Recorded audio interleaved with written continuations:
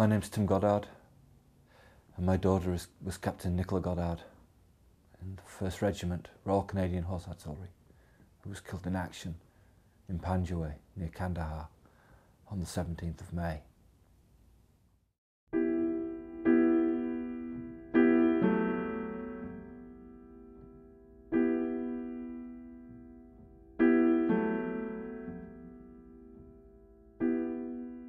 It was my birthday, and so I decided not to go to work first thing in the morning. I thought I'd have some time at home and just some birthday, half a day off. And so I was here, and Sally and Kate had gone off to work and school, and I was reading and made some telephone calls to some friends and a couple of office-related things.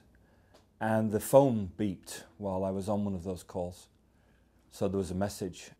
When I'd finished my call, I checked messages, and it was Jay, Nicola's husband, saying, "Please could somebody call?" And so I called him and I said, "Is everything okay?" And he said, "No, I'm afraid Nicola's been killed in Afghanistan."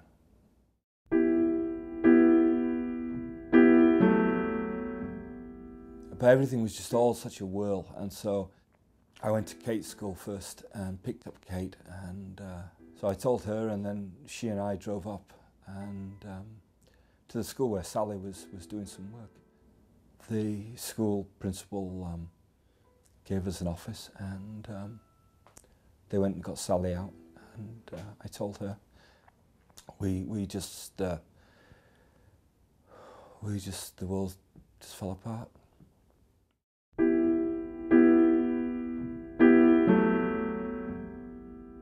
When she was killed, as the shock wore off, I think the biggest emotion for us was sadness. Sadness at the loss of a daughter, of course, for who she was, but also such deep sadness at what she could have been, what she was destined to be, I guess, but not angry at the people who fired that RPG, and you know, their mothers, their fathers and mothers are suffered their loss, and we know that in that battle that happened. I mean, they're doing something that they believe in, and they believe in strongly. Nicola was doing something she believed in, and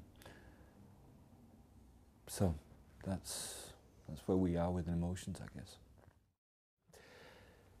September 11th started all this, and Nicola's death is one of many on both sides since then.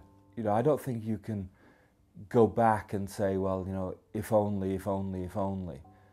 And that's, I think, what blaming the events of 9/11 on her death.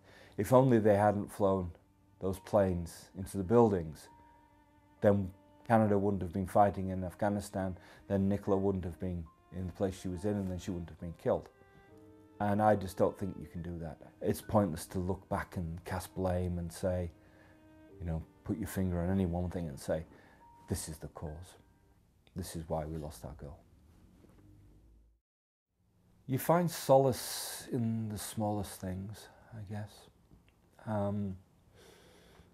We walked the dogs up on Nose Hill, which she loved to do whenever she came out here.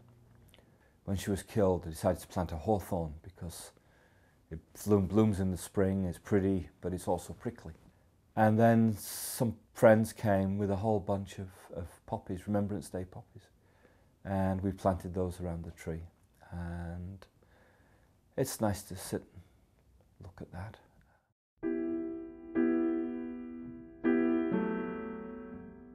This is something you can't go over or go around.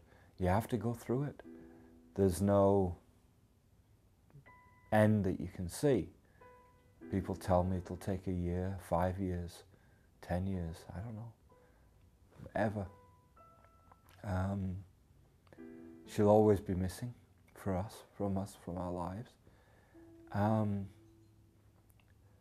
But for the first time, I guess, you really understand the Remembrance Day poem about them staying forever young.